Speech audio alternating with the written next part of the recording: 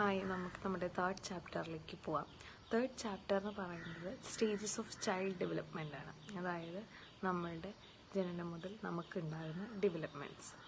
Okay, അതിനു മുന്നേ നമ്മൾ കഴിഞ്ഞ ക്ലാസ്സിൽ മെൻഷൻ ചെയ്തു പോയിരുന്നു, ബർത്ത് തൊട്ട് നമ്മൾ ഇങ്ങോട്ട് ഓരോ വയസ്സ് വെച്ച് നമ്മൾ ഓരോ ക്ലാസിഫിക്കേഷൻ നടക്കുന്നുണ്ട് അല്ലേ. നമ്മൾ പല കാറ്റഗറി കഴിഞ്ഞിട്ടാണ് നമ്മുടെ ലൈഫ് സൈക്കിൾ കംപ്ലീറ്റ് ആയിട്ട് മാറുന്നത്.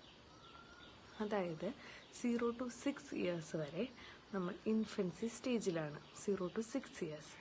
ആൻഡ് 6 to 12 ഇയേഴ്സ് നമ്മൾ ചൈൽഡ്ഹുഡിലാണ്, childhood. And next 12 to 18 years നമ്മൾ അഡോളസെൻസ് ആണ്. ആൻഡ് 18+ നമ്മൾ അഡൾട്ട്ഹുഡിലാണ്. ഈ 4 സ്റ്റേജസ് ആണ് നമ്മുടെ ലൈഫ് സൈക്കിളിൽ നമ്മൾ കടന്നു പോകുന്നത്. ഈ സ്റ്റേജസിലൊക്കെ നമുക്ക് പല വിധത്തിലുള്ള ഡെവലപ്മെൻറ്റ്സ് നടക്കുന്നുണ്ട്. കാരണം നമ്മൾ നമ്മുടെ ആദ്യത്തെ ഇൻഫൻസി സ്റ്റേജിൽ ചിന്തിച്ച കാര്യങ്ങളല്ല, അതേ കാര്യങ്ങൾ ആ ഒരു വേയിലല്ല നമ്മൾ നമ്മുടെ 18th ഇയറിൽ അഡോളസെൻസിൽ ചിന്തിക്കാറ് അല്ലേ. അഡൾട്ട്ഹുഡിൽ നമ്മൾ ഒത്തിരി ഇമ്പ്രൂവ് ആവും, മെച്യൂർ ആവും. അപ്പോൾ ഈ ഓരോ കാലഘട്ടത്തിലും നമ്മൾ ഒരുപാട് ഡെവലപ്പ് ആവുന്നുണ്ട്. അപ്പോൾ നമ്മുടെ കണ്ണിൽ ഡെവലപ്മെൻറ്റ് എന്ന് പറയുന്നത് ആകെ നമുക്ക് വിസിബിളായിട്ടുള്ള ഫിസിക്കൽ ഡെവലപ്മെൻറ്റ് മാത്രമാണ്. ഫിസിക്കൽ ഡെവലപ്മെൻറ്റ് നമുക്ക് കാണാം, ഹൈറ്റ് വയ്ക്കുന്നു, വെയിറ്റ് വയ്ക്കുന്നു, ഫാറ്റി ആവുന്നു. ഈ ഒരു ഇതിൽ മാത്രമല്ല ഡെവലപ്മെൻറ്റ് സംഭവിക്കുക, നമ്മൾക്ക് പല ആസ്പെക്ട്സിൽ ഡെവലപ്മെൻറ്റ് സംഭവിക്കുന്നുണ്ട്. അപ്പോൾ അതേതൊക്കെ ആസ്പെക്ട്സ് ആണ് എന്നുള്ളതൊക്കെയാണ് നമുക്ക് പഠിക്കാനുള്ളത്. പിന്നെ ഇൻഫൻസി ചൈൽഡ്ഹുഡും ഒക്കെ ഏറ്റവും നന്നായിട്ട് കവർ ചെയ്ത് പോകുന്ന പിള്ളേരാണ്. പിന്നീട് അവർക്ക് ശാന്തവും സന്തോഷമായ ഫ്യൂച്ചർ ഉണ്ടാവുക എന്നുള്ളത്. അതുകൊണ്ടാണ് നമ്മുടെ ചൈൽഡ്ഹുഡ് ഹാൻഡിൽ ചെയ്യുന്നവർ, ഇൻഫൻസി ചൈൽഡ്ഹുഡ് ടൈം ഹാൻഡിൽ ചെയ്യുന്നത് വളരെ കെയർഫുള്ളായിട്ട് വേണം എന്ന് പറയുന്നത്. അപ്പോൾ നമ്മൾ അവർക്ക് കൊടുക്കുന്ന ഓരോ എക്സ്പീരിയൻസും പിന്നീട് അവരുടെ ഫ്യൂച്ചറിലേക്കുള്ള അവരുടെ ഒരു ബേസായിട്ട് മാറുകയാണ് ചെയ്യുക. ഓക്കെ, അപ്പോൾ ഈ സൈക്കോളജി അനുസരിച്ച് നമ്മുടെ റാപ്പിഡ് ഡെവലപ്മെൻറ്റ്, അതായത് വളരെ പെട്ടെന്നുള്ള ഒരു ഗ്രോത്ത് അല്ലെങ്കിൽ ഡെവലപ്മെൻറ്റ് 2 പ്രായത്തിലാണ് നമുക്ക് സംഭവിക്കാറുണ്ട്. രണ്ട് ടൈമിൽ റാപ്പിഡ് ഡെവലപ്മെൻറ്റ് സംഭവിക്കാറുണ്ട്. അതിൽ ഒരു പ്രായം എന്ന് പറയുന്നത് നമ്മളൊക്കെ എല്ലാവർക്കും അറിയാം, 0 to 2 ഇയേഴ്സ് എന്ന് പറയുന്ന പ്രായത്തിലാണ്. അത് നിങ്ങൾക്ക് ചിന്തിച്ചാൽ അറിയാമല്ലേ, ആ 2 വയസ്സ് വരെ ഉള്ള ടൈമിൽ പിള്ളേർ എത്രമാത്രം ഡെവലപ്പ് ചെയ്യുന്നു. അവർ ചിരിക്കാൻ പഠിക്കുന്നു, അവർ മുട്ടിലിഴയുന്നു, കമിഴുന്നു, എഴുന്നേറ്റ് നിൽക്കുന്നു, ഓടുന്നു, സംസാരിക്കുന്നു. ഒരുപാട് ഡെവലപ്മെൻറ്റ് 0 to 2 ഇയേഴ്സിൽ അവർക്ക് ഉണ്ടാകുന്നുണ്ട്. അതുപോലെ പിന്നെ റാപ്പിഡായിട്ടുള്ള ഡെവലപ്മെൻറ്റ് ഉണ്ടാകുന്ന ഒരു പ്രായമാണ് 10 to 12 ഇയേഴ്സ്. ഈ ഒരു ടൈമിലും അവർക്ക് പെട്ടെന്നുള്ള വളർച്ച ഉണ്ടാകാറുണ്ട്, പ്രത്യേകിച്ച് പെൺകുട്ടികൾക്ക്. പിന്നെ പെൺകുട്ടികളാണ് ആൺകുട്ടികളെക്കാൾ ഒരു 1-2 സ്റ്റേജ് പെട്ടെന്ന് അച്ചീവ് ചെയ്യുക. അവർ വേഗം ഓരോ സ്റ്റേജ് കടന്നു പോകും. അവർ ആണ് ആൺകുട്ടികളെക്കാൾ ഫാസ്റ്റായിട്ട് ഓരോ സ്റ്റേജും അറ്റൈൻ ചെയ്ത് പോവുക. ഓക്കെ, ഇതൊക്കെയാണ് ഈ ഒരു ചാപ്റ്ററിൻ്റെ ഇൻട്രൊഡക്ഷനായിട്ട് എനിക്ക് പറയാനുള്ളൂ. അടുത്തത് നമ്മുടെ ആസ്പെക്ട്സ് ഓഫ് ചൈൽഡ് ഡെവലപ്മെൻറ്റ് എന്ന് പറയുമ്പോൾ ഏതൊക്കെ മേഖലകളിലാണ് അല്ലെങ്കിൽ എന്തൊക്കെ കാര്യങ്ങളിലാണ് നമുക്ക് ഡെവലപ്മെൻറ്റ് സംഭവിക്കുക എന്നുള്ളതാണ്. അപ്പോൾ നേരത്തെ നമ്മൾ പറഞ്ഞ പോലെ ഫിസിക്കൽ ഡെവലപ്മെൻറ്റ് ആണ് ഒന്നാമത്തത്. ഫിസിക്കൽ ഡെവലപ്മെൻറ്റ് അത് വിസിബിളാണ്, അത് നമ്മൾക്ക് എല്ലാവർക്കും അറിയാം അല്ലേ. ഫിസിക്കൽ ഡെവലപ്മെൻറ്റ് എന്ന് പറഞ്ഞാൽ നമ്മുടെ ബോഡിലി ചേഞ്ചസ് ആണ്. അതായത് ഹൈറ്റ്, വെയ്റ്റ്, ഫാറ്റ്, പിന്നെ ഇൻറ്റേർണൽ ഓർഗൻസിൻ്റെ ഗ്രോത്ത്, പല്ല് വരുന്നത്, പിന്നെ സെക്സ് ഓർഗൻസ് ഡെവലപ്പ് ആവുന്നത്, ഇതെല്ലാം ഫിസിക്കൽ ഡെവലപ്മെൻറ്റിൽ വരുന്ന കാര്യങ്ങളാണ്. രണ്ടാമത്തെ ഇതാണ് മെൻ്റൽ ഡെവലപ്മെൻറ്റ് അല്ലേ. അതായത് നമ്മളുടെ തിങ്കിങ് ലെവൽ, പെർസെപ്ഷൻ, മെമ്മറി, ഇതെല്ലാം നമ്മളുടെ രണ്ടാമത്തെ കാറ്റഗറിയിൽ മെൻ്റൽ ഡെവലപ്മെൻറ്റിൽ വരുന്നതാണ്. മൂന്നാമത്തെ ഡെവലപ്മെൻറ്റാണ് ഇമോഷണൽ ഡെവലപ്മെൻറ്റ്. ഈ ഡെവലപ്മെൻറ്റിലാണ് നമ്മുടെ ഇമോഷൻസ് പ്രകടിപ്പിക്കുക, ഇമോഷൻസ് കൺട്രോൾ ചെയ്യുക, മറ്റുള്ളവർ ഇമോഷൻസ് പ്രകടിപ്പിക്കുമ്പോൾ അത് ഹാൻഡിൽ ചെയ്യുക, ഇങ്ങനെയുള്ള കാര്യങ്ങളെല്ലാം നമ്മൾ പഠിക്കുന്നത്. സോ നമ്മൾ ആ ഒരു ഏതെല്ലാം രീതിയിൽ നമ്മളത് കൺട്രോൾ ചെയ്ത് പോകണം എന്നൊക്കെ ഇമോഷണൽ ഡെവലപ്മെൻറ്റ് നടക്കുമ്പോഴാണ് നമ്മൾ പഠിക്കുക. നാലാമത്തേതാണ് moral and ethical and aesthetic development. അതെന്ന് പറഞ്ഞാൽ ഒരു മോറൽ ഡെവലപ്മെൻറ്റ് തന്നെയാണ്. അതായത് നമുക്ക് ചില ധാർമ്മിക മൂല്യങ്ങൾ ഉണ്ടാവുക, നമുക്കൊരു ഐഡിയൽസ് ഉണ്ടാവുക, നമ്മളത് ഫോളോ ചെയ്യുക, നമ്മൾ അത് ചെയ്യണം, ഇത് ചെയ്യില്ല എന്നൊക്കെ ഒരു പേഴ്സണാലിറ്റിയുടെ ഭാഗമായിട്ടുണ്ടാകുന്ന ചില ഐഡിയൽസൊക്കെ ഈ മോറൽ ഡെവലപ്മെൻറ്റിലാണ് സംഭവിക്കുക. അഞ്ചാമത്തേതാണ് സോഷ്യൽ ഡെവലപ്മെൻറ്റ്. സോഷ്യൽ ഡെവലപ്മെൻറ്റ് എന്ന് പറഞ്ഞു കഴിഞ്ഞാൽ നിങ്ങൾക്ക് എല്ലാവർക്കും അറിയാം, ഒരു ഗ്രൂപ്പിൽ എങ്ങനെ ഇടപഴകണം, എല്ലാവരുമായിട്ട് എങ്ങനെ ഒത്തുനിന്ന് പോകണം, ഒരു പ്രശ്നമുണ്ടായാൽ എങ്ങനെ അത് ഹാൻഡിൽ ചെയ്യണം, ഗ്രൂപ്പിൽ ഒരു പ്രോഗ്രാംസിൽ ആൾ കൂടുന്നിടത്ത് നമ്മൾ എങ്ങനെ ബിഹേവ് ചെയ്യണം, ഇങ്ങനെയുള്ള സോഷ്യൽ കോൺഷ്യസ്നെസ് ഒക്കെ ഉണ്ടാകുന്നത് ഈ സോഷ്യൽ ഡെവലപ്മെൻറ്റിലാണ്. ഈ 5 ആസ്പെക്ട്സിലാണ് നമ്മളുടെ ഡെവലപ്മെൻറ്റ് എന്ന് പറയുന്നത് കംപ്ലീറ്റ് ആകുന്നുള്ളൂ കേട്ടോ. ഫിസിക്കൽ ഡെവലപ്മെൻറ്റ് മാത്രം ഉണ്ടായതുകൊണ്ട് ഒരു ഡെവലപ്മെൻറ്റ് കംപ്ലീറ്റ് ആയി എന്ന് പറയാനായിട്ട് പറ്റില്ല. നമ്മൾക്ക് ഈ 5 ഡെവലപ്മെൻറ്റും പ്രോപ്പറായിട്ട് ഒരു കുട്ടിയിൽ പോകെ ഉണ്ടായി വരേണ്ടതാണ്. ഓക്കെ, ഇനി അടുത്തത് ഇതൊക്കെ നമ്മുടെ ജനറൽ ആസ്പെക്ട്സ് ആണ്. ഇത് നമ്മുടെ എഡ്യൂക്കേഷൻ ലെവലിൽ, അതായത് നമ്മുടെ വിദ്യാഭ്യാസപരമായിട്ട് നമ്മൾ ഇതിനെ ചിന്തിച്ചു കഴിഞ്ഞാൽ നമ്മൾ ടീച്ചേഴ്സ് ഒക്കെ ആയതുകൊണ്ട് വിദ്യാഭ്യാസപരമായിട്ട് കൂടി നമ്മളെല്ലാം ചിന്തിക്കണമല്ലോ. അപ്പോൾ എന്താണെന്ന് വെച്ച് കഴിഞ്ഞാൽ ഈ ഡെവലപ്മെൻ്റ് എല്ലാം കംപ്ലീറ്റ് ചെയ്യാനായിട്ട് നമ്മൾ കുട്ടികളെ ഹെൽപ്പ് ചെയ്യേണ്ടതുണ്ട്.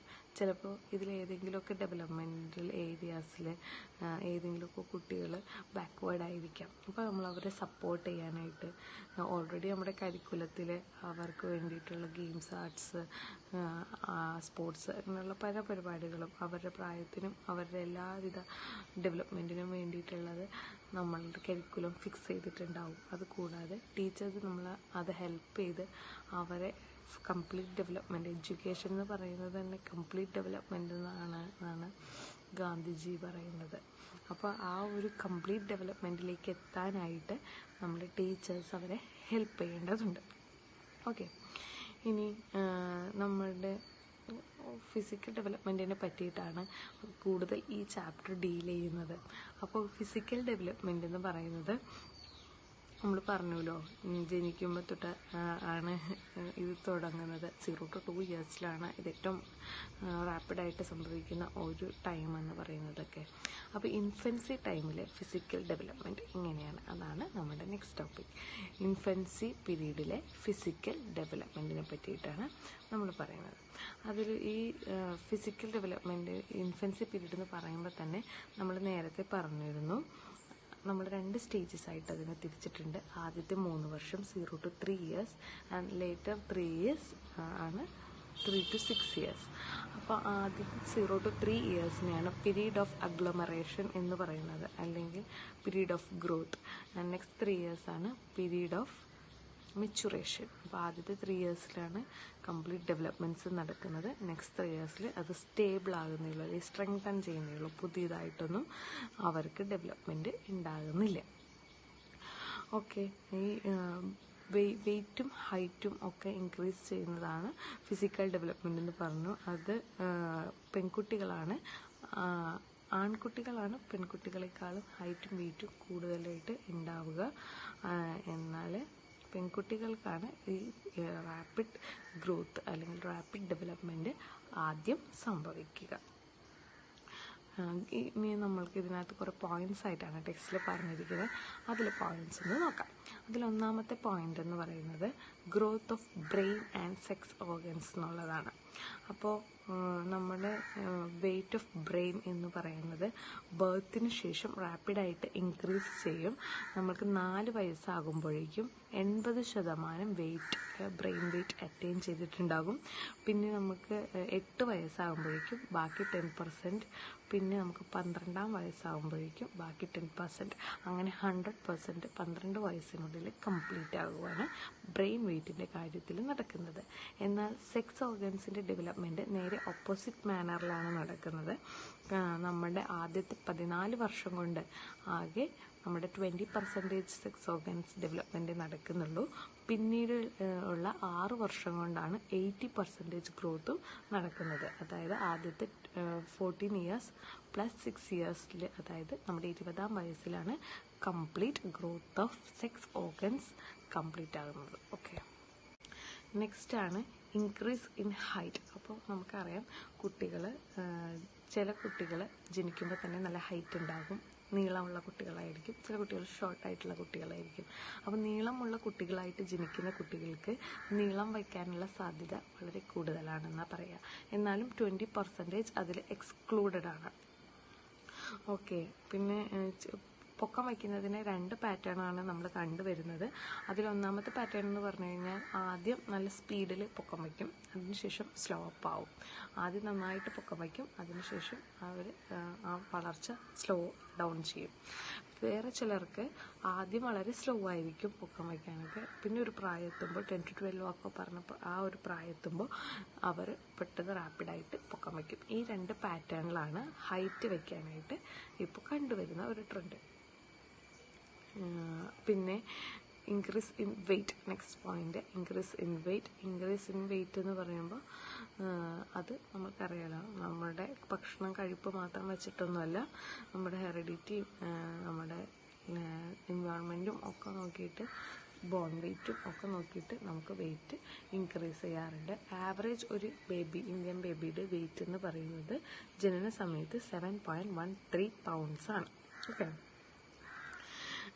നെക്സ്റ്റ് ആണ് change in proportion. Change in proportion എന്ന് പറയുമ്പോൾ നിങ്ങൾക്കറിയാം, നമ്മളുടെ കൈകാലുകൾക്കൊക്കെ ഏകദേശം ഒരേ നീളമാണ്, അതോ ഒരു കറക്റ്റ് സ്ഥലത്താണ് നമ്മുടെ കണ്ണുകൾ ഇരിക്കുന്നത്, അതിൻ്റെ മിഡിലായിട്ടാണ് മൂക്കിരിക്കുന്നത്, അല്ലേ? അങ്ങനൊരു പ്രൊപ്പോർഷൻ നമ്മുടെ ബോഡിക്കുണ്ട്. ഈ പ്രൊപ്പോർഷൻ ബേബീസിന് ആദ്യമേ അവരുടെ കാലുകളെക്കാളും വലുതായിരിക്കും കൈകൾ ആദ്യം, പിന്നെ അതൊരു പ്രൊപ്പോർഷനിലേക്ക് എത്തുകയാണ്. അപ്പോൾ ഇങ്ങനെ ഒരു പ്രൊപ്പോർഷനിലേക്ക് അത് എത്തിപ്പെടും. നെക്സ്റ്റ് ആണ് ഡെവലപ്മെൻറ്റ് ഇൻ ഇൻറ്റേർണൽ ഓർഗൻസ്.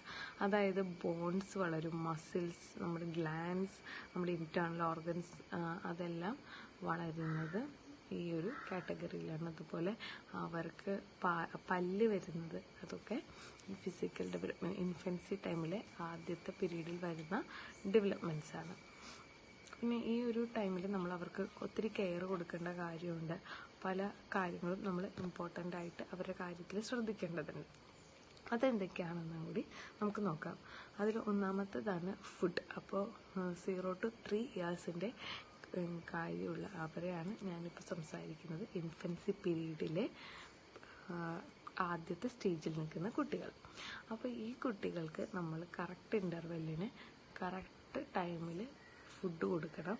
അതുപോലെ അവരുടെ ഫുഡ് എന്ന് പറയുന്നത് എന്തായിരിക്കണം? കംപ്ലീറ്റ് ബാലൻസ്ഡ് ഡയറ്റ് ആയിരിക്കണം. അവർക്ക് കുഞ്ഞു കുട്ടികളാണെങ്കിൽ അപ് ടു 6 months വരെ അവരെ ബ്രസ്റ്റ് ഫീഡ് മാത്രമേ ചെയ്യാനായിട്ട് പാടുള്ളൂ. ഇതൊക്കെയാണ് ഇവരുടെ ഫുഡിൽ പ്രത്യേകിച്ച് ശ്രദ്ധിക്കേണ്ട കാര്യം. പിന്നെ ഒഴിവാക്കാൻ പറ്റാത്തൊരു കാര്യമാണ് അവരുടെ ഫുഡിൽ മസ്റ്റായിട്ട് മിൽക്ക് ഇൻക്ലൂഡ് ചെയ്യണം. അതുകൊണ്ടാണ് മിൽക്ക് ടീത്ത് എന്ന് തന്നെ നമ്മൾ പറയുന്നതെന്നാണ് പറയുക. അവർക്ക് പാൽപ്പല്ല് എന്നല്ലേ നമ്മൾ അവരുടെ പല്ലിന് പറയുക. അപ്പോൾ അവരുടെ ആ പ്രായത്തിൽ പാൽ ഒഴിവാക്കാനേ പാടില്ല, മിൽക്ക് തന്നെ കൊടുക്കണം എന്ന് പറയുന്നുണ്ട്. അപ്പോൾ ലിയാഡ് എന്ന് പറയുന്ന അദ്ദേഹം ഒരു എക്സ്പെരിമെൻ്റ് കണ്ടക്ട് ചെയ്തു. ഇതിനെ വെച്ചിട്ട് അദ്ദേഹം ഒരു ഗ്രൂപ്പ് ഓഫ് കുട്ടികൾക്ക് മിൽക്ക് ഡയറ്റ് കൊടുത്തു.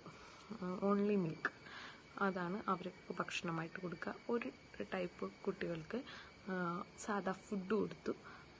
പിന്നെ ഒരു ഗ്രൂപ്പ് ഓഫ് കുട്ടികൾക്ക് മിൽക്കും ന്യൂട്രിറ്റീവ് ഫുഡും കൊടുത്തു.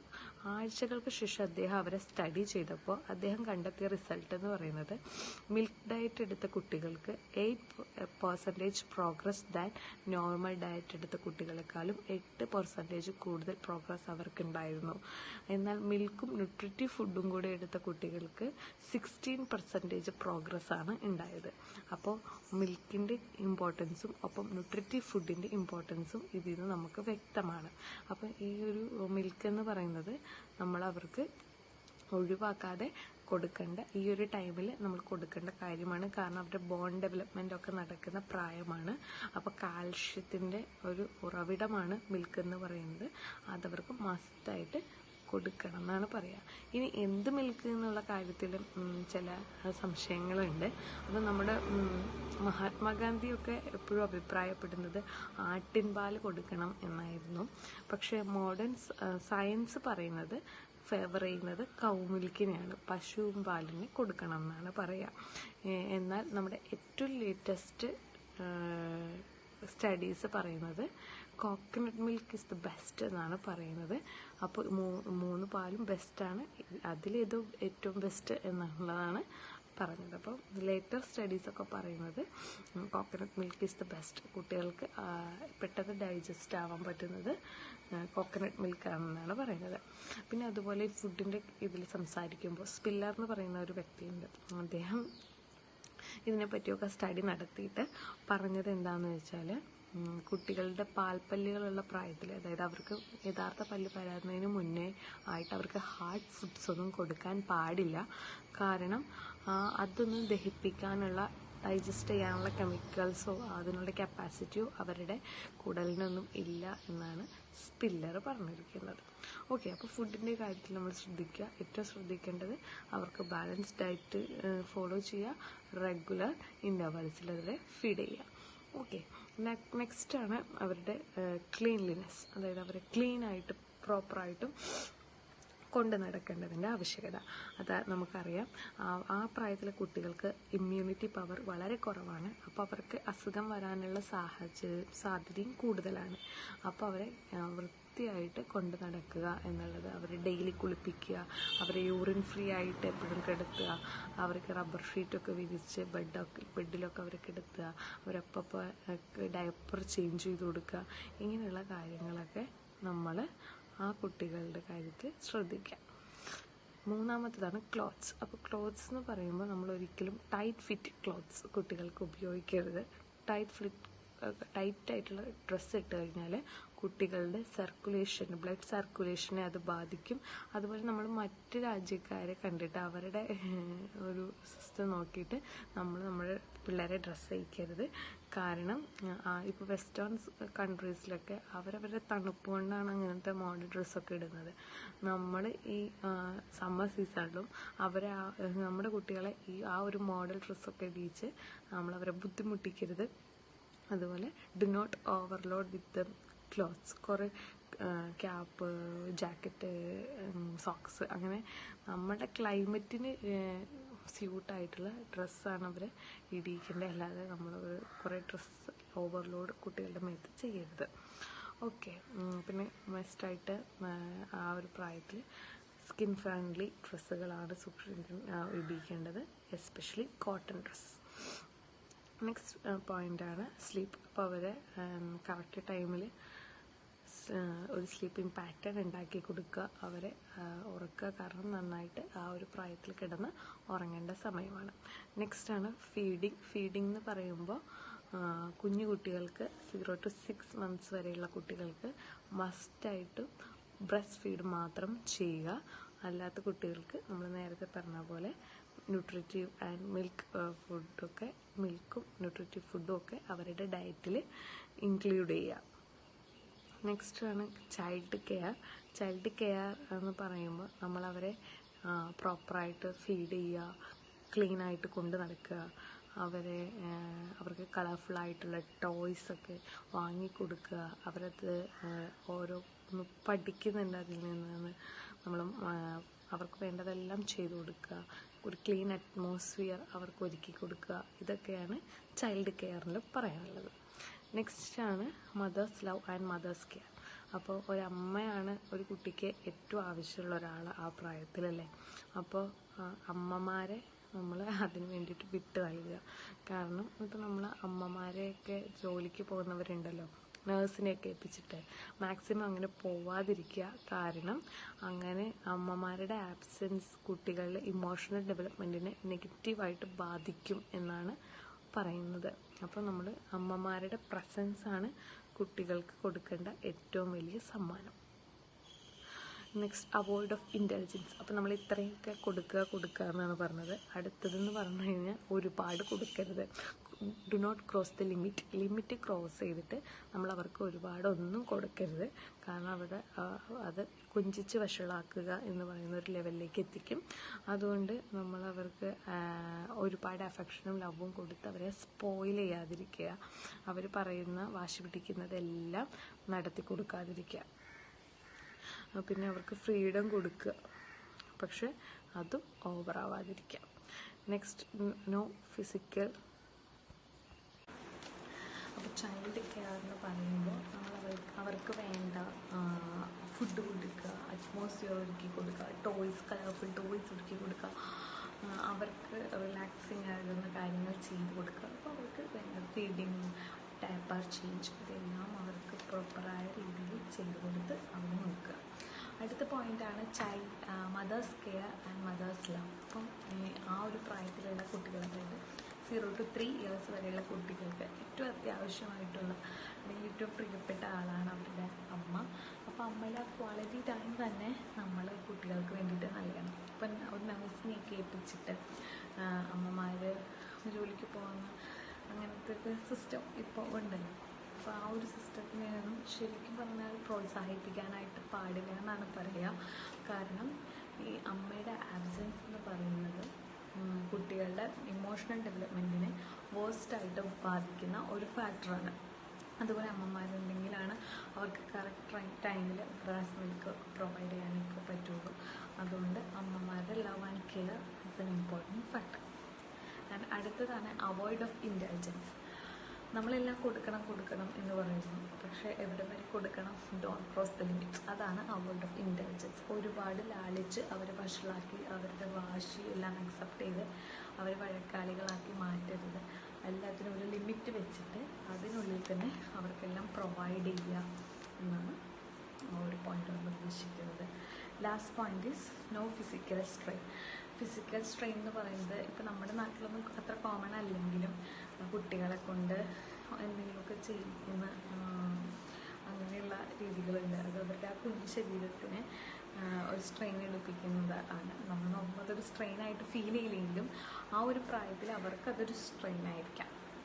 പിന്നെ അതുപോലെ തന്നെ ചിലർ പൊക്കം വയ്ക്കാൻ, വണ്ണം വയ്ക്കാതിരിക്കാൻ വേണ്ടി എന്നൊക്കെ പറഞ്ഞിട്ട് എക്സസൈസ്, യോഗ, കുട്ടികളെ കൊണ്ട് ഓരോ ഡ്രിൽ പ്രാക്ടീസ്, അതൊന്നും ആ ഒരു പ്രായത്തിൽ അവർക്ക് ഒരു ഫിസിക്കൽ സ്ട്രെയിൻ കൊടുക്കാൻ പാടില്ല.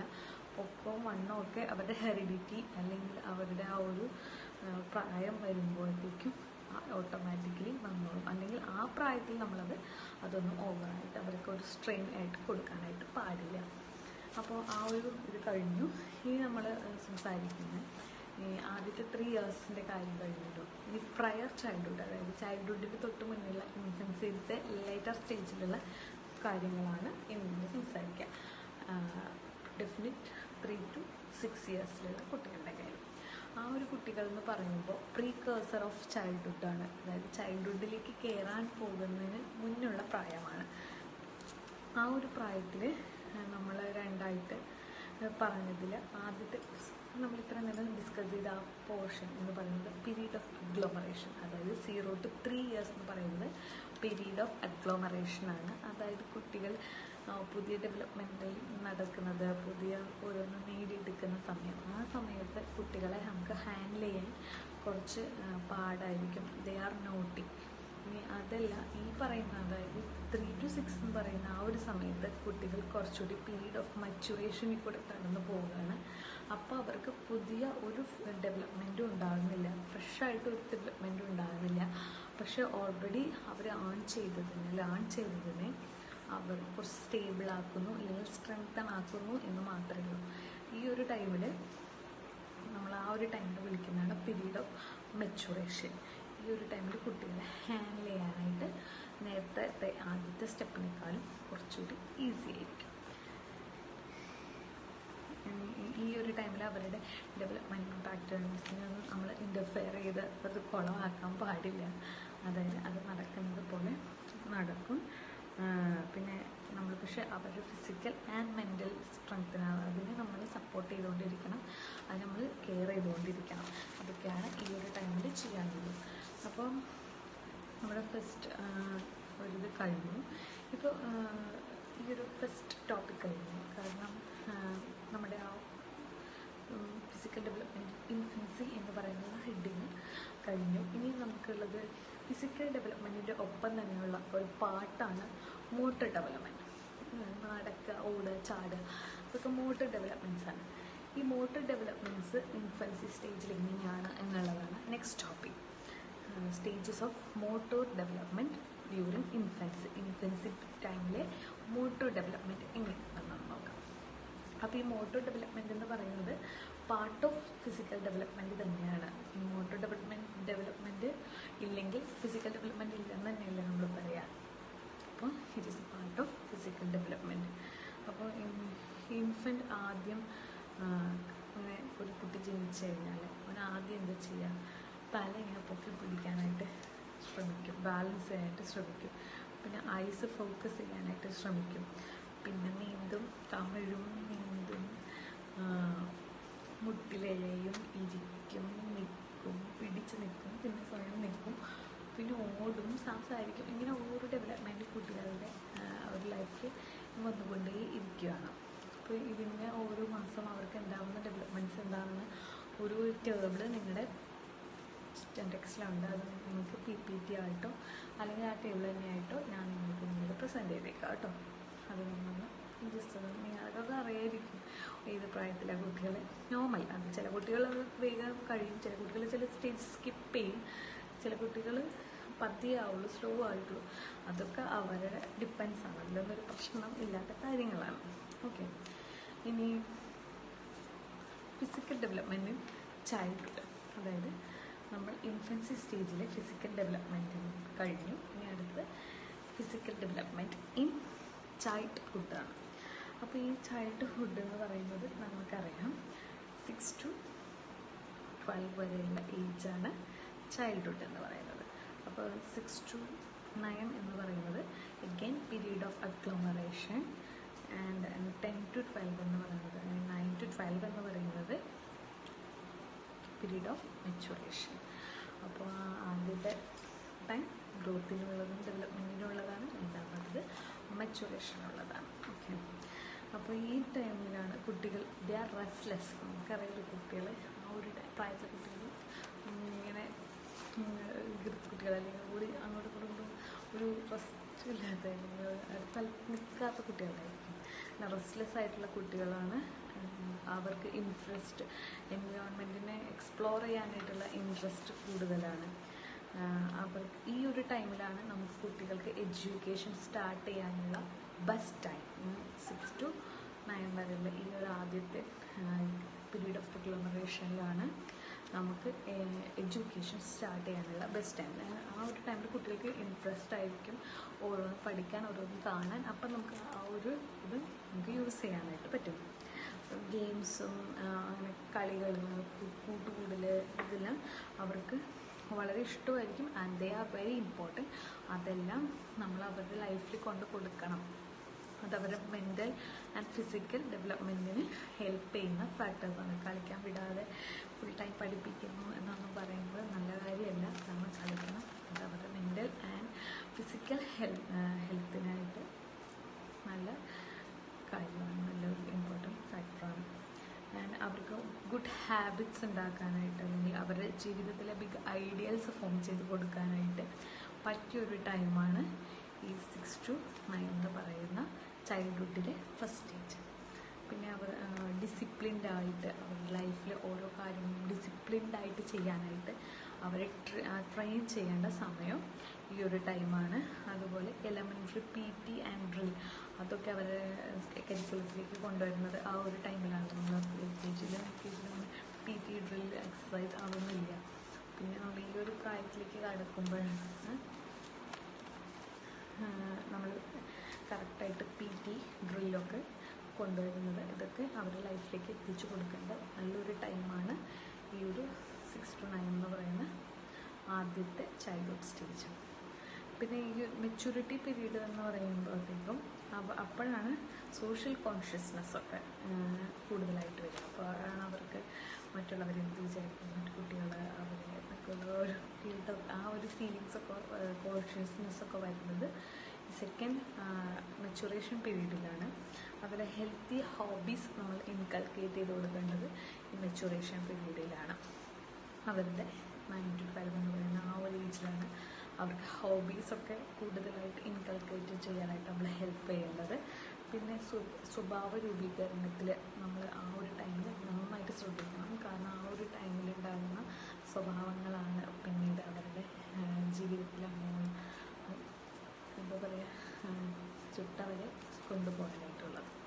Important factors in motor development, ആ ഒരു കാറ്റഗറിയിൽ നമുക്ക് സംസാരിക്കാനുള്ളത് ഈ ഒരു പ്രായത്തിൽ, അവരുടെ ചൈൽഡ്ഹുഡ് ടൈമിലുള്ള മോട്ടോർ ഡെവലപ്മെൻറ്റിൻ്റെ പ്രായത്തിലാണെങ്കിൽ അവർക്ക് ഈ മോട്ടോർ ഡെവലപ്മെൻറ്റ് എന്ന് പറയുന്നത് ചൈൽഡ്ഹുഡിൽ മാത്രമൊന്നുമല്ല, അല്ലെങ്കിൽ ഇൻഫാൻസി സ്റ്റേജിൽ മാത്രമല്ല, അപ് ടു അഡോളസെൻസിലൊക്കെ കണ്ടിന്യൂ ആയിക്കൊണ്ടിരിക്കുന്ന കാര്യമാണ് ഈ മോട്ടോർ ഡെവലപ്മെൻറ്റ് എന്ന് പറയുന്നത്. അപ്പോൾ ആ ഒരു ടൈമിൽ ഇവർക്ക് PT ഗെയിംസ്, ഔട്ട്ഡോർ ഗെയിംസൊക്കെ നമ്മൾ കൂടുതലായിട്ട് കൊടുക്കണം.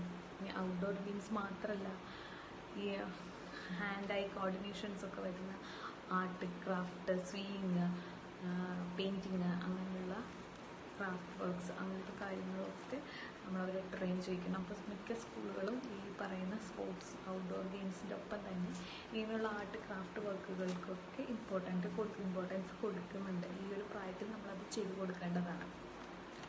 പിന്നെ പുതിയൊരു സ്കിൽ പഠിക്കണം. അതിൻ്റെ ഒപ്പം തന്നെ അവർ ഒരു പക്ഷേ ഒരു ഭാവിയിൽ അവർക്ക് ഉപകാരപ്പെട്ടേക്കാവുന്ന ഒരു കാര്യമായിരിക്കും നമ്മൾ ഈ പഠിപ്പിക്കുന്ന ആർട്ടും ക്രാഫ്റ്റും ഒക്കെ. അപ്പോൾ അത് ഒരു മാസ്റ്ററിങ് സ്കിൽ ആണ്. More than A motor development എന്ന് പറയുന്നതിനേക്കാൾ നമ്മളവരൊരു സ്കില്ല് പഠിപ്പിച്ചു കൊടുക്കുകയാണ് ചെയ്യുന്നത്. അപ്പോൾ ഇതൊക്കെയാണ് മോട്ടോർ ഡെവലപ്മെൻറ്റിൻ്റെ കാര്യത്തിൽ പറയുന്നത്. ഇനി ഇങ്ങനൊരു മോട്ടോർ ഡെവലപ്മെൻറ്റ് കാര്യങ്ങൾ, അതായത് ആർട്ട്, ക്രാഫ്റ്റ്, തുന്നൽ, നമുക്ക് മനസ്സിലായി കാണും. ഹാൻഡ് ഐ കോർഡിനേഷൻസൊക്കെ വരുന്ന കാര്യങ്ങൾ, ഗെയിംസ്, ഓരോരുത്തർക്കും ഓരോ ഫീൽഡായിരിക്കും ഇഷ്ടം.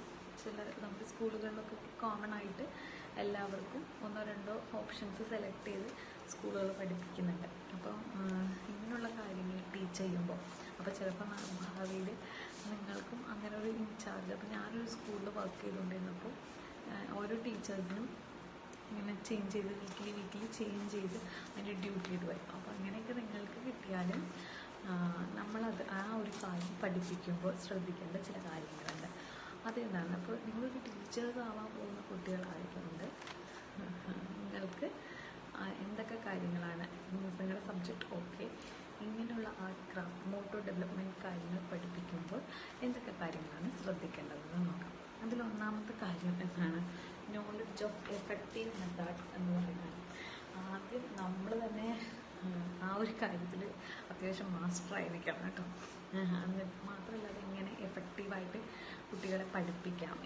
ആദ്യം ഒരു റഫ് ചെയ്ത് കാട്ടിക്കൊടുക്കണം, അതോ ഒരാൾ ചെയ്തതിൻ്റെ വീഡിയോ കാട്ടിക്കൊടുക്കണം. അപ്പോൾ ഇങ്ങനെ എഫക്റ്റീവ് മെത്തേഡായിട്ട് ഏത് മെത്തേഡായിരിക്കും കുട്ടികൾക്ക് എഫക്റ്റീവ് എന്ന് നോക്കിയിട്ട് അത് ചെയ്ത് കാണിക്കാനുള്ള സ്റ്റെപ്പാണ് നമ്മൾ ആദ്യം ചെയ്യേണ്ടത്.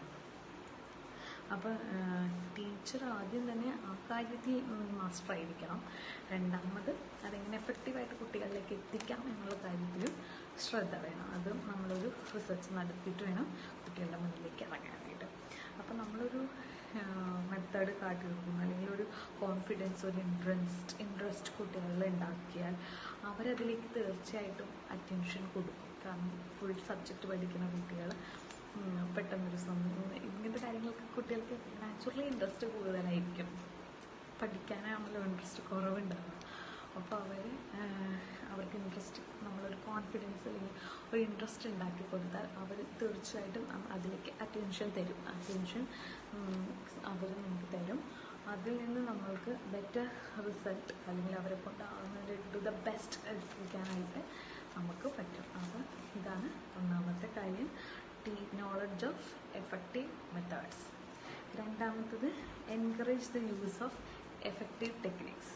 അതായത് കുട്ടികളെ മോട്ടിവേറ്റ് ചെയ്യുക, അല്ലെങ്കിൽ ഒരു പോസിറ്റീവ് ആറ്റിറ്റ്യൂഡ്, അല്ലെങ്കിൽ നമ്മൾക്ക് തന്നെ ഒരു പോസിറ്റീവ് ആറ്റിറ്റ്യൂഡ് ആദ്യം വേണം. ഇതൊക്കെ എന്തിനാ ഇപ്പോൾ പഠിപ്പിക്കുന്നതിനുള്ളൊരു ആറ്റിറ്റ്യൂഡാണ് നമുക്കെങ്കിൽ അതിന് കൂടുതൽ റിസൾട്ടൊന്നും നമുക്ക് കിട്ടാനില്ല. അപ്പോൾ അതുകൊണ്ട് എഫക്റ്റ് കിട്ടുക. നമ്മളൊരു പോസിറ്റീവ് ആറ്റിറ്റ്യൂഡിൽ ആദ്യം നിന്നിട്ട് അത് മാക്സിമം കുട്ടികൾക്ക് എങ്ങനെയൊക്കെ യൂസ്ഫുൾ ആകുമോ അങ്ങനെയൊക്കെ അത് എത്തിക്കാൻ വേണ്ടിയിട്ട് നമ്മൾ നോക്കുക. അടുത്തത് പിന്നെ കുട്ടികൾ ചെയ്യുമ്പോൾ അത് അത്ര ഇപ്പം നമ്മൾ ഒരു ഉദാഹരണത്തിന് ഒരു പെയിൻറ്റിങ് ആണ് നോക്കുക, പെയിൻറ്റിങ് ആണ് പഠിപ്പിക്കുന്നത് നമ്മൾ അവർ ചെയ്യുമ്പോൾ അത് ആദ്യം അത്ര എഫക്റ്റീവ് ആവുക കറക്റ്റ് ആവണമെന്നില്ല, പെർഫെക്റ്റ് ആവണമെന്നില്ല. അത് നമ്മൾ അംഗീകരിക്കുക. കാരണം ഇതിന് ഇൻട്രസ്റ്റുള്ള കുട്ടികളുണ്ട്, അതിന് കഴിയില്ലാത്ത കുട്ടികളുണ്ടാകും. പക്ഷേ നമ്മളത് ക്ഷമയോടുകൂടി അവർ വീണ്ടും വീണ്ടും വീണ്ടും ചെയ്യിച്ചാൽ എല്ലാവരും മാസ്റ്റർ ആയില്ലെങ്കിലും കുറേ മാസ്റ്റേഴ്സിനെയും കിട്ടും. എന്നാലും കുറേയൊക്കെ ചെയ്യാൻ പറ്റുന്ന ബാക്കിയുള്ള കുട്ടികളായിട്ടും കിട്ടും. അടുത്തത് മിനിമം ക്രിറ്റിസിസം. നമ്മൾ ചെയ്തത് ശരിയായില്ല, എത്ര ദിവസമായിരുന്നു പഠിപ്പിക്കണോ, അങ്ങനത്തെ ഒരു ക്രിറ്റിസിസമേ അവർ ചെയ്തിട്ടുണ്ട്, നാളെ ചെയ്തിക്കൊള്ളാം, അതൊക്കെ ഒരു മോട്ടിവേഷൻ പോലെ പറയാമെങ്കിൽ ഏറ്റവും മിനിമം ക്രിറ്റിസിസമാണ് ഈ കാര്യത്തിൽ നമ്മൾ അവർക്ക് ചെയ്യാനായിട്ട് പാടുള്ളൂ. അവർക്ക് മിസ്റ്റേക്ക് വരുത്തും, തീർച്ചയായിട്ടും വരുത്തും. അങ്ങനെ വരുത്തുമ്പോൾ നമ്മളവരെ സിമ്പത്തറ്റിക്കലി അഡ്വൈസ് ചെയ്യണം, അല്ലാതെ ഒരിക്കലും ഷൗട്ട് ചെയ്യാനായിട്ട് പാടില്ല. അതുപോലെ ക്രിറ്റിസിസം എന്ന് പറയുന്നത് അല്ലെങ്കിൽ ഒട്ടും ഒഴിവാക്കാൻ പറ്റാത്ത കാര്യത്തിൽ മാത്രം ചെയ്യാനായിട്ട് പാടുള്ളൂ. അടുത്തതാണ് stress on the right activity. അതായത് സ്റ്റെപ്പ് ബൈ സ്റ്റെപ്പായിട്ട് ചെയ്യണമെങ്കിൽ പെർഫെക്റ്റായിട്ട് ചെയ്യാനായിട്ട് എളുപ്പവഴി കുറുക്ക് വഴികളിലൂടെ ഒന്നും പോകാനായിട്ട് നമ്മൾ പഠിപ്പിക്കരുത്. കാരണം നമ്മൾ സിസ്റ്റമാറ്റിക്കായിട്ട് പഠിപ്പിക്കുന്നതാണ്. അപ്പോൾ ആ ഒരു കാര്യങ്ങൾ നമ്മൾ റൈറ്റ് വേ ചൂസ് ചെയ്ത് സ്റ്റെപ്പ് ബൈ സ്റ്റെപ്പായിട്ട് തന്നെ നമ്മൾ പോകണം. അതുപോലെ ഓരോ സ്റ്റെപ്പും സിംഗിളായിട്ട് നമ്മൾ ഡെമോൺസ്ട്രേറ്റ് ചെയ്യണം. ഇപ്പോൾ ഒരു കളർ പേപ്പറിൽ നിന്ന് ഒരു ഫ്ലവറാണ് നമ്മൾ ഉണ്ടാക്കുന്നെങ്കിൽ ഓരോ സ്റ്റെപ്പും ഇങ്ങനെയാണ് ലീഫ്, എങ്ങനെയാണ് അതിൻ്റെ പെറ്റൽസ്, എങ്ങനെയാണ് ബഡ്സ്, ഓരോ ഉണ്ടാക്കുന്നത് ആദ്യം പേപ്പറിനെ ഫോൾഡ് ചെയ്യുക, പിന്നെ സൈഡ് മടക്കുക, കട്ട് ചെയ്യുക, അതൊക്കെ നമ്മൾ സിംഗിൾ സ്റ്റെപ്പായിട്ട് അവർക്ക് ഓരോ സ്റ്റേജും ഡെമോൺസ്ട്രേറ്റ് ചെയ്ത് കൊടുക്കണം. അതുപോലെ അവർ ചെയ്യുന്നത് നമ്മൾ ഫോളോ അപ്പ് ചെയ്യണം. അവർക്ക് കണ്ടിന്യൂസ് പ്രാക്ടീസ് ആൻഡ് അവർക്കതിന് വേണ്ടത് എന്താണോ നമ്മൾ അഡ്വൈസ് ചെയ്ത് കൊടുത്തുകൊണ്ടേയിരിക്കണം. നെക്സ്റ്റാണ് stress on speed and exactness of skilful working. അതായത് ആദ്യം അവർ ചെയ്യുമ്പോൾ സ്പീഡും പെർഫെക്ഷനും ഒന്നും ഉണ്ടാവില്ല. പക്ഷേ അവരെ അത് ചെയ്യിച്ച് പ്രാക്ടീസ് ചെയ്യിച്ച് ആ ഒരു സ്പീഡിലേക്കും പെർഫെക്ഷനിലേക്കും കൊണ്ടുവരണം. അതുപോലെ റോങ് ഹാബിറ്റ്സ് അല്ലെങ്കിൽ കുറുക്കു വഴികൾ ഉപയോഗിക്കുന്നത് നമ്മൾ പ്രോത്സാഹിപ്പിക്കരുത്. നമ്മുടെ റൈറ്റ് പാത്തിൽ കൂടെ റൈറ്റ് ആയിട്ടുള്ള രീതിയിൽ പെർഫെക്റ്റ് ആകുന്ന ആ ഒരു മെത്തേഡാണ് നമ്മൾ ചൂസ് ചെയ്യേണ്ടത്. അല്ലെങ്കിൽ കുറേ കുട്ടികൾ കണ്ടുപിടിക്കും, അതൊക്കെ, അല്ലാതെ നമ്മളായിട്ട് പഠിപ്പിച്ച് കൊടുക്കരുത്. വിത്തൗട്ട് തെറ്റുകളില്ലാതെ തന്നെ അല്ലെങ്കിൽ റോങ് ഇല്ലാതെ തന്നെ സ്പീഡോടുകൂടി ഒരു പെർഫെക്ഷനാണ് നമ്മൾ ഫോക്കസ് ചെയ്യുന്നത്. സെക്കൻഡ് ലാസ്റ്റാണ് പ്രോപ്പർ പ്രാക്ടീസ്. നമ്മൾ പ്രോപ്പർ പ്രാക്ടീസ് കൊടുക്കുക. നമുക്കിങ്ങനെ കൂടുതൽ ഐറ്റംസ് അല്ല നമ്മൾ നോക്കേണ്ടത്, കൂടുതൽ സ്കിൽസ് അല്ല നമ്മൾ നോക്കേണ്ടത്. നമുക്ക് കൊടുക്കുന്ന ആ ഒരു ട്രെയിനിങ് എന്തിലാണോ അത് അവർ മാസ്റ്റർ ചെയ്യാൻ പാകത്തിന് നമ്മൾ അതിലേക്ക് എത്തിച്ചു കൊടുക്കുക. അതിനകത്ത് അവർക്ക് പ്രോപ്പർ ടൂൾസ് പ്രൊവൈഡ് ചെയ്യുക, അല്ലെങ്കിൽ അത് വാങ്ങാനായിട്ട് അവർക്കതൊക്കെ പറഞ്ഞു കൊടുക്കുക. അതുപോലെ കുട്ടികളുടെ പ്രായവും അവരുടെ സ്കില്ലും അവരുടെ ഒരു ലെവലൊക്കെ മനസ്സിലാക്കിയിട്ടുള്ള ഓപ്ഷൻസ് നമ്മൾ സെലക്ട് ചെയ്യുക. അടുത്തത് പ്രാക്ടീസ് വിത്ത് എൻ എയിം. അപ്പോൾ ഇതൊരു ജസ്റ്റ് ലെഷർ പ്രോഗ്രാം അല്ല. ഇതിന് കുട്ടികൾക്കറിയില്ല, ഇത് ഹാൻഡ് ഐ കോർഡിനേഷനൊക്കെ വർക്ക് ചെയ്യാനാണ്, ട്രാവലിംഗ് സ്കില്ല് പഠിക്കാനാണ്. ഇതൊന്നും കുട്ടികൾക്ക് പ്രത്യേകിച്ച് ചൈൽഡ്ഹുഡിൽ കുട്ടികൾ അതൊന്നും മൈൻഡ് ചെയ്യുന്ന കാര്യമല്ല. അപ്പോൾ അവരെ സംബന്ധിച്ച് ഇത് ടീച്ചർ പഠിപ്പിക്കാത്ത ഒരു പീരീഡ് അങ്ങനെയായിരിക്കും. അപ്പോൾ ആ ഒരു മെൻറ്റാലിറ്റി മാറ്റിയിട്ട് ഇതൊരു ആർട്ടാണ്, ക്രാഫ്റ്റാണ്, ഇത് എനിക്ക് ഇങ്ങനെയൊക്കെ ഉപകാരമുണ്ട്, അല്ലെങ്കിൽ ഫ്യൂച്ചറിൽ ഇങ്ങനെയൊക്കെ ഉപകാരപ്പെടും എന്നുള്ള രീതിയിൽ അവർ സക്സസ് ആയ ആരുടെയെങ്കിലും സ്റ്റോറീസ്, ഈ ആ ഒരു ഫീൽഡിൽ സക്സസ് ആയിട്ടുള്ള സ്റ്റോറീസോ വീഡിയോസോ ആരുടെയെങ്കിലും പേഴ്സണൽ എക്സ്പീരിയൻസൊക്കെ പറഞ്ഞു കൊടുക്കും, അവരെ മോട്ടിവേറ്റ് ചെയ്ത് അതിൻ്റെ മനസ്സിലാക്കിയിട്ട് അവർക്കത് പറഞ്ഞു കൊടുക്കും. ഓക്കെ. പിന്നെ ഇവർക്ക് കുറച്ച് എക്സാമ്പിൾസൊക്കെ സൈറ്റ് ചെയ്ത് കൊടുക്കുക, അവെയർ ചെയ്യിക്കുക, അവരുടെ പ്രോഗ്രസ് നമ്മൾ ഇടയ്ക്ക് ടെസ്റ്റ് ചെയ്യുക, കോൺസ്റ്റൻ്റ് ഗ്യാപ്പൊക്കെ ഇട്ടിട്ട് അവർക്ക് ട്രെയിൻ ചെയ്യുക. അല്ലാതെ അവരിങ്ങനെ ഇങ്ങനെ അതിൻ്റെ പേരും പറഞ്ഞ് ഹാരാസ് ചെയ്യാൻ പാടില്ല. അതുപോലെ ടീച്ചേഴ്സിന് ഒരു സ്കിൽഫുൾ വർക്കേഴ്സിനെ ഉണ്ടാക്കിയെടുക്കാനായിട്ട് പറ്റും. അപ്പം നമ്മൾ ഓരോ കുട്ടികൾക്കും ഇൻഡിവിജ്വൽ അറ്റൻഷൻ കൊടുക്കും. അപ്പോൾ നമുക്ക് മനസ്സിലാവും ഏത് കുട്ടിയാണ് ഇതിൽ എക്സൽ ചെയ്യാൻ പോകുന്നത് എന്നൊക്കെ. അപ്പം അങ്ങനെയുള്ള കുട്ടികൾക്ക് അതിനുവേണ്ട സപ്പോർട്ടൊക്കെ ഒരുക്കി കൊടുക്കുക. പിന്നെ നമ്മളിത് എല്ലാവരും പഠിപ്പിച്ച് അടങ്ങുമെന്നുള്ള ഇത് എല്ലാവർക്കും ഫ്രൂട്ട്ഫുൾ ആവും എന്ന് വിചാരിക്കേണ്ട. ഇതൊരു ആർട്ടാണ്, അല്ലെങ്കിൽ ഒരു ക്രാഫ്റ്റാണ്, അല്ലെങ്കിൽ ഒരു ഗെയിമാണ്. അപ്പോൾ അതൊക്കെ ഓരോ കുട്ടികൾക്കും ഒരു കപ്പാസിറ്റി, ഒരു ലെവലൊക്കെ ഉണ്ട്. അവർക്ക് എക്സൽ ചെയ്യാൻ പറ്റിയ മേഖലകളൊക്കെ ഉണ്ട്. അപ്പോൾ നമ്മൾ വാശി പിടിക്കേണ്ട, അത് പഠിപ്പിച്ചു കൊടുക്കുക. പിന്നെ അവരുടെ പ്രായമനുസരിച്ച് പ്രാക്ടീസ് ചെയ്യിക്കുക. നമ്മൾ ഓരോരോ ഡാൻസ് ഫോമാണ് പഠിപ്പിക്കുന്നതെങ്കിൽ കണ്ടിന്യൂസ് ആയിട്ട് ഇരുത്തി പഠിപ്പിച്ചുകൊണ്ടിരിക്കാൻ പറ്റില്ല. ഒരു അഡോളസൻ്റ് ആയ ആൾക്കത് അത്ര ബാധിക്കില്ലേ, പക്ഷെ കുട്ടികൾക്ക് അത് ബാധിക്കും. അപ്പോൾ അവരുടെ പ്രായമൊക്കെ നോക്കിയിട്ട് അവർക്ക് പ്രാക്ടീസും അവർക്ക് ഗ്യാപ്പും ഇൻ്റർവൽസും ഒക്കെ കൊടുക്കുക. അതുപോലെ അവർക്ക് കീപ്പ് ഇൻട്രസ്റ്റും മോട്ടിവേഷനും അവരിൽ നിന്ന് പോവാതെ നമ്മളത് ഇടയ്ക്കിടയ്ക്ക് കൊടുത്തുകൊണ്ടേയിരിക്കുക. അപ്പോൾ പിന്നെ പ്രാക്ടീസിൻ്റെ ഇടയ്ക്ക് റെസ്റ്റ് മസ്റ്റായിട്ട് കൊടുക്കുക.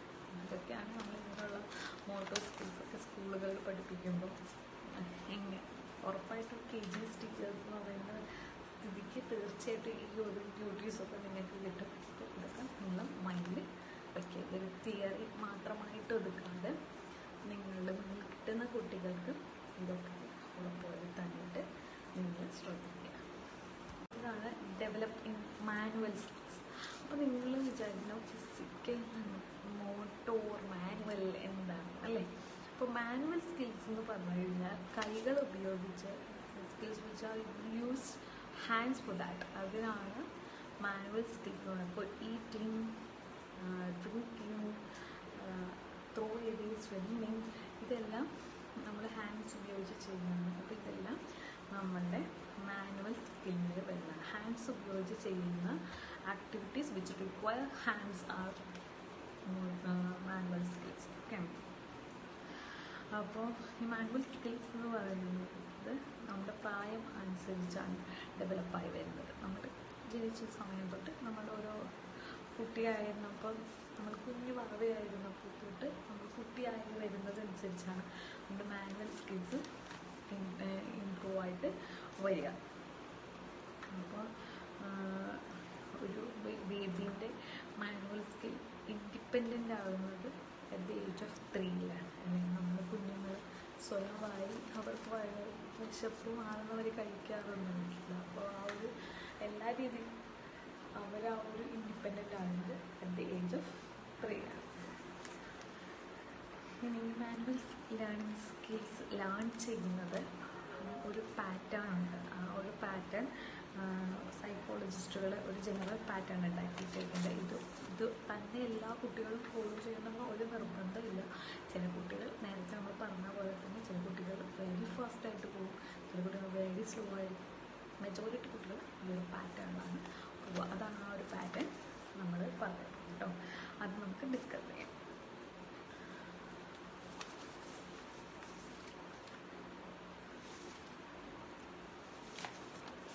ഓക്കെ, അത് എങ്ങനെയാണെന്ന് വെച്ചാൽ ഒന്നാമത്തെ പാറ്റേൺ ഒരു കുട്ടി അതിനെ കുറിച്ചിട്ടാണ് നമ്മൾ ഈ ഒരു പാറ്റേൺ പറയുന്നത്.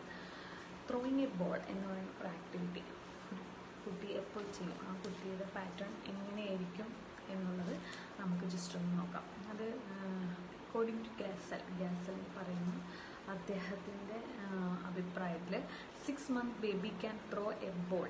ഒരു 6 മാസം പ്രായമായ കുട്ടിക്ക് ഒരു ബോൾ അറിയാനായിട്ട് കഴിയും. ഒരു വയസ്സായ കുട്ടിക്കാണതൊരു ഡയറക്ഷൻ, അല്ലെങ്കിൽ ഫ്രണ്ടോട്ട് എറിയൂ ബാക്കോട്ട് എറിയൂ എന്ന് പറഞ്ഞാൽ ഒരു ഡയറക്ഷൻ ഫ്രണ്ട്ലി ആയിട്ട് എറിയാൻ പറ്റുന്നത് 1 വയസ്സാവണം ആ കുട്ടിക്ക്. ഇനി 2 വയസ്സാകുമ്പോൾ ആ കുട്ടിക്ക് ബോൾ വെച്ച് പ്ലേ ചെയ്യാനുള്ള അതിനുള്ള ഇൻട്രസ്റ്റ് ഉണ്ടാകുന്നത് 2 വയസ്സാകുമ്പോഴാണ്. ഓക്കെ, രണ്ടാമത്തതാണ് ക്യാച്ചിങ് ദ ബോൾ. ഒരു കുട്ടി ബോൾ പിടിക്കുക എന്ന് പറയുന്നത് അത് ഇത്തിരി ഡിഫിക്കൽട്ട് ടാസ്ക്കാണ്. എറിയുന്ന പോലെ എളുപ്പമല്ല പിടിക്കാനായിട്ട് അല്ലേ. അപ്പോൾ എല്ലാ കുട്ടികൾക്കും 4 വയസ്സായാൽ പോലും എല്ലാ കുട്ടികളും ഇതിൽ മാസ്റ്റർ ആയിക്കൊള്ളണം ഒരു നിർബന്ധമില്ല. ചില കുട്ടികൾ അതിന് മുന്നേ മാസ്റ്ററാവും. പക്ഷേ 4 വയസ്സായാൽ പോലും ചില കുട്ടികളത് മാസ്റ്ററായിട്ട് ആവാറില്ല. 6 വയസ്സാകുമ്പോൾ 2.25 ഭാഗം കുട്ടികൾ, ഈ 3-2 ഭാഗം കുട്ടികളും അതിന് മാസ്റ്റർ ആവാറുണ്ട്. മെജോറിറ്റി കുട്ടികളും 6 വയസ്സാകുമ്പോഴേക്കും ആ ഒരു ആക്ടിവിറ്റിയിൽ മാസ്റ്ററായിട്ട് വരാറുണ്ട്. അപ്പോൾ ഈ ഒരു സ്കില്ല് ഏറ്റവും കൂടുതൽ അഡ്വാൻസ്ഡ് ആയിട്ടുള്ളത് ഗേൾസാണ്. അതിൽ അഡ്വാൻസ്ഡ് ആയിട്ടുള്ളതാണ് ഇതിലെ രസം. ഓക്കെ, അപ്പോൾ 2 ഹാൻഡിൽ ആദ്യം ക്യാച്ച് ചെയ്യും, പിന്നെ 1 ഹാൻഡിൽ ക്യാച്ച് ചെയ്യാനുള്ള എബിലിറ്റിയിലേക്ക് അവരെത്തും. അടുത്തതാണ് ഈറ്റിംഗ് ആൻഡ് ഡ്രിങ്കിങ്. അപ്പോൾ ഈ ഡ്രിങ്കിങ്ങിൻ്റെ കാര്യം പറയുവാണെങ്കിൽ 8 മന്തായ കുട്ടി, ഒരു 8 മാസം പ്രായമായ കുട്ടിക്ക് ഒരു ഗ്ലാസ് ഹോൾഡ് ചെയ്ത് മര്യാദയ്ക്ക് പിടിക്കാനായിട്ടുള്ള എബിലിറ്റി ഇല്ല. ഒരു 9 മന്ത് ആകുമ്പോഴേക്കും കുട്ടി ഒരു ബോട്ടിൽ സ്വന്തമായിട്ട് മൗത്തിലേക്ക് കമത്തും. 1 ഇയർ ആകുമ്പോഴേക്കും കുട്ടി ഒരു സ്പൂൺ ഉപയോഗിച്ച് കോരി കഴിക്കാനായിട്ടുള്ള ആ ഒരു കോരി കുടിക്കാനായിട്ട് പഠിക്കും. ഇനി ഈറ്റിങ്ങിൻ്റെ കാര്യമാണെങ്കിൽ കുട്ടികൾ ആദ്യം തന്നെ എന്താ കഴിക്കുകയും ഒപ്പം തുപ്പുകയും ചെയ്യും. അങ്ങനെയാണ് അവർ ചെയ്യുക. 2 വയസ്സാകുമ്പോൾ അവർ സ്വയം കഴിക്കും. 3 വയസ്സാകുമ്പോൾ പെട്ടെന്ന് കഴിക്കാനായിട്ട്, അതായത് കയ്യിൽ നിന്നൊന്നും വഴുതി പോകാതെ കഴിക്കാനായിട്ട് അവർ പഠിക്കും. ആദ്യമൊക്കെ അവർ എടുക്കുമ്പോൾ കയ്യിൽ നിന്ന് വഴുതി പോകും. ഈ 3 വയസ്സാകുമ്പോൾ അവർ ഈസിലി അത് കഴിക്കാനായിട്ട് പഠിക്കും. പിന്നെ ഒരു 7-8 വയസ്സാകുമ്പോഴേക്കും ദേ ആർ പെർഫെക്റ്റ്, അതിൽ അവർ മാസ്റ്റർ ആയിട്ടുണ്ടാവും. 4-മതാണ് putting on and taking off clothes. Dress ഇടാനും അഴിക്കാനും. അപ്പോൾ നിങ്ങൾക്ക് പാരൻസാണ്, നിങ്ങൾക്കൊക്കെ അറിയാം, ഇടാൻ പഠിക്കുന്നതിന് മുന്നേ തന്നെ അവർ അഴിക്കാനാണ് പഠിക്കുക. അപ്പോൾ നമ്മളൊരു ക്യാപ്പ് വെച്ച് കൊടുത്ത് അത് അഴിച്ച് മാറ്റാനാണ് അവർ ആദ്യമേ പഠിക്കുക. അപ്പോൾ 1.5 to 3.5 ആ ഒരു പ്രായം എത്തുമ്പോൾ അവർ ഇടാനൊക്കെ ആയിട്ട് പഠിക്കും. 5 to 6 ആ ഒരു പ്രായം എത്തുമ്പോഴത്തേക്ക് അവരതിൽ മാസ്റ്ററായിട്ടുണ്ടാവും. അപ്പോൾ ബോയ്സിനേക്കാൾ കൂടുതൽ ഈ ഒരു കഴിവ് കൂടുതൽ ഗേൾസിനാണ്. ഇനി അടുത്തതാണ് റൈറ്റിംഗ്. എഴുതി പഠിക്കുന്ന കാര്യത്തിൽ 1 വയസ്സാകുമ്പോഴത്തേക്കും കുട്ടികൾ പെന്നൊക്കെ ഹോൾഡ് ചെയ്യാനായിട്ട് പഠിക്കും. 1.5 വയസ്സാകുമ്പോഴേക്കും പെൻസിൽ വെച്ചിട്ട് പെൻസിൽ യൂസ് ചെയ്യാനായിട്ട് പഠിക്കും. 4 വയസ്സാകുമ്പോഴേക്കും അവർ എന്തെങ്കിലുമൊക്കെ വരയ്ക്കും. 5 വയസ്സാകുമ്പോഴേക്കും നമ്മൾ അവർ എഴുതാൻ പഠിപ്പിക്കും, അവർ എഴുതും. 12 വയസ്സാകുമ്പോഴേക്കും അത് പെർഫെക്റ്റ് ആവും. അവർക്ക് അവരുടേതായ ഒരു ഹാൻഡ് റൈറ്റിംഗ് ആ ഒരു 12 വയസ്സിൽ ഫോം ചെയ്യും. സത്യം പറഞ്ഞാൽ ഒരു 12 വയസ്സെത്തുമ്പോഴേക്കും നമ്മുടെ ഒരുമാതിരി എല്ലാം കംപ്ലീറ്റ് ആയിട്ട് വന്നിട്ടുണ്ടാവും. മാനുവൽ സ്കിൽസ് എന്ന് പറയുന്നത് at the age of 12 complete ആവും. അതാണ് മാനുവൽ സ്കിൽസ്.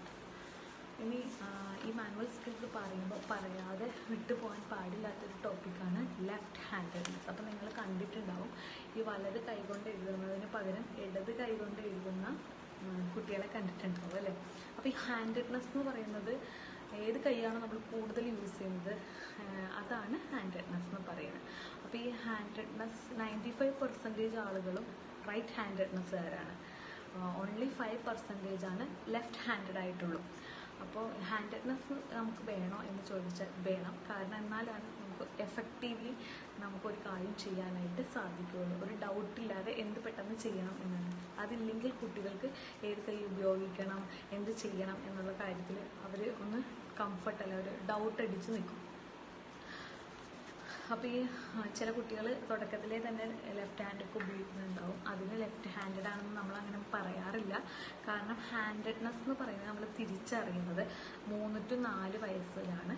അതായത് ആ കുട്ടി ഏത് ഹാൻഡാണെന്ന് നമുക്ക് തിരിച്ചറിയാനായിട്ട് പറ്റുള്ളൂ. 1 വയസ്സൊക്കെ ആകുമ്പോഴേക്കും കുട്ടികൾ ഏതെങ്കിലും ഒരു ഹാൻഡ് കൂടുതലായിട്ട് ഉപയോഗിക്കാനായിട്ട് തുടങ്ങും. റൈറ്റ് ഹാൻഡഡ്നെസ് എന്ന് പറയുന്നത് ഒരിക്കലും അത് ഒരു ട്രൈറ്റോ ഹെറിഡിറ്റിയോ ഒന്നും അല്ല. കുട്ടികൾ ജസ്റ്റ് ട്രൈ ടു ഇമിറ്റേറ്റ് നമ്മുടെ ഫാമിലിയിലുള്ളവർ എന്താണ് ചെയ്യുന്നത് അത് ഇമിറ്റേറ്റ് ചെയ്ത് റൈറ്റ് ഹാൻഡഡ് കൊണ്ട് എഴുതുന്നതാണ്. അതുപോലെ അതൊരു ഗുഡ് ആണെന്നോ അങ്ങനെയാണെന്നോ ഇങ്ങനെയാണെന്നോ അതാണ് നല്ലത് ലെഫ്റ്റ് കൊള്ളില്ലെന്നോ ഒന്നും പറയാനായിട്ട് ശരിക്കും പറ്റത്തില്ല. ഇനി ഇതിനെപ്പറ്റിയുള്ള സ്റ്റഡീസ് നടന്നിട്ടുണ്ട്. അതിനെപ്പറ്റിയുള്ള സ്റ്റഡീസൊക്കെ നടന്നപ്പോൾ കുറേ റിസൾട്ട് ഉണ്ടായിരുന്നു. മൂന്ന് സജഷൻസ് ആണ് വന്നത്. അതിൽ ഒന്നാമത്തെ സജഷൻസ് എന്ന് പറഞ്ഞു കഴിഞ്ഞാൽ നമ്മൾ കേട്ടിട്ടുണ്ടാവും, നമ്മുടെ ബ്രെയിനിന് ലെഫ്റ്റ് ഹെമിസ്ഫിയർ ഉണ്ട്, റൈറ്റ് ഹെമിസ്ഫിയർ ഉണ്ട്. ഈ left hemisphere of the brain more active ആണെങ്കിൽ നമ്മൾ റൈറ്റ് ഹാൻഡ് ഉപയോഗിക്കും, റൈറ്റ് സൈഡാണ് മോർ ആക്റ്റീവ് എങ്കിൽ ലെഫ്റ്റ് ഹാൻഡ് ഉപയോഗിക്കും. അങ്ങനൊരു അഭിപ്രായമുണ്ട്. ഇനി രണ്ടാമത് പറയുക, structural strength and efficiency of right hand compared to left. അല്ലെങ്കിൽ നമ്മുടെ കൈയുടെ എഫിഷ്യൻസി, സ്ട്രക്ചറൽ ആൻഡ് എഫിഷ്യൻസി എന്ന് പറയുന്നത്, സ്ട്രക്ചറൽ സ്ട്രെങ്ത് ആൻഡ് എഫിഷ്യൻസി എന്ന് പറയുന്നത് ഏത് ഹാൻഡിനാണോ ആ ഹാൻഡാണ് കൂടുതൽ ഉപയോഗിക്കുക എന്നാണ് രണ്ടാമതൊരു റിസൾട്ട് വന്നത്. കൂടുതൽ പ്രോബബ്ലി നല്ല സക്സസ് ആയ, അല്ലെങ്കിൽ പ്രോബബ്ലി എല്ലാവരും അക്സെപ്റ്റ് ചെയ്തിരിക്കുന്നത് എന്ന് പറയുന്നത് മൂന്നാമത്തെ വാദമാണ്. ആ വാദം എന്ന് പറയുന്നത് result of imitation of family എന്നുള്ളതാണ്. നേരത്തെ നമ്മൾ പറഞ്ഞതുപോലെ ഫാമിലിയെ ഇമിറ്റേറ്റ് ചെയ്യുക എന്നുള്ളതാണ്. അപ്പോൾ 95% ആൾക്കാരും റൈറ്റ് ഹാൻഡഡ് ആണ്. അപ്പോൾ ഈ ലെഫ്റ്റ് ഹാൻഡഡ് ആയ കുട്ടികളെ റൈറ്റ് ഹാൻഡഡ് ആക്കാൻ നമ്മൾ ചെറുപ്പത്തിൽ ശീലിപ്പിക്കണം. ഇനി ശീലിച്ചില്ല, അവർ ലെഫ്റ്റ് ഹാൻഡഡിനാണെങ്കിൽ ഇറ്റ്സ് ഓക്കെ, അതങ്ങനെ അവരങ്ങനെ ഫോളോ ചെയ്തോട്ടെ, നമ്മളതിനെ കൂടുതൽ വറി ആവേണ്ട കാര്യമില്ല. അപ്പോൾ റൈറ്റ് ഹാൻഡഡ്നെസ് ആണ് നല്ലത്, അതാണ് നല്ലത്, ലെഫ്റ്റ് ഹാൻഡഡ് ഉള്ളവർ ഫോഴ്സ് ചെയ്യാറുണ്ട് റൈറ്റ് വെച്ച് എഴുതുക എന്നിട്ട്. അങ്ങനെ പ്രത്യേകിച്ചൊരിതുമില്ല. ഏത് ഹാൻഡാണോ നമുക്ക്, ഏതെങ്കിലും ഒരു ഹാൻഡിൽ നമുക്ക് എഫിഷ്യൻസി അല്ലെങ്കിൽ ഹാൻഡഡ്നെസ് ഉണ്ടായിരിക്കണം എന്ന് മാത്രമേ ഉള്ളൂ. കാരണം അതില്ലെങ്കിൽ കൺഫ്യൂഷൻ നമുക്കുണ്ടാകും, ഏത് ഹാൻഡ് ഉപയോഗിക്കണം, ഏത് ഹാൻഡായിരിക്കും ഈ ഒരു സന്ദർഭത്തിൽ നല്ലത് എന്നുള്ള രീതിക്കൊക്കെ നമുക്ക് കൺഫ്യൂഷൻ ഉണ്ടാകും. കുറച്ചൊരു ഈ ഹാൻഡ് ഉപയോഗിക്കും, കുറച്ചൊരു ആ ഹാൻഡ് ഉപയോഗിക്കും. അപ്പം അങ്ങനെ ഒരു കൺഫ്യൂഷൻ ഉണ്ടാവാതിരിക്കാൻ വേണ്ടിയിട്ട് നമുക്ക് ഏതെങ്കിലും ഒരു ഹാൻഡിൽ ഹാൻഡഡ്നെസ് മസ്റ്റാണ്. അപ്പോൾ ഇത് വൈകിപ്പോയാൽ, ഡിലേ ആയാൽ കുട്ടികൾക്കുള്ളിൽ അതൊരു കോംപ്ലക്സ് ഒക്കെ ഉണ്ടാവും. അവർക്ക് സ്പീഡ്, ആക്യുറസിയും അല്ലെങ്കിൽ എഫിഷ്യൻസിയും ഒക്കെ കുറയാനായിട്ടത് കാരണമായിട്ടത് മാറും. അപ്പോൾ നമ്മൾ റൈറ്റ് ഹാൻഡ്നെസ് പ്രോത്സാഹിപ്പിക്കണം. അതിന് വേണ്ടിയിട്ട് അവരത് യൂസ് ചെയ്യിക്കണം. പക്ഷെ അവരത് ചെയ്തില്ലെങ്കിൽ അവരെ നമ്മൾ ഫോഴ്സ് ചെയ്യേണ്ട കാര്യമില്ല. അവർക്കൊരു ഹാൻഡഡ്നെസ് ഉണ്ടായാൽ മതി. അപ്പോൾ ഈ ഒരു ചാപ്റ്റർ ഇത്രയേ ഉള്ളൂ. അപ്പം ഈ ഒരു chapter it's an important chapter. You have to note it down. Okay, thank U.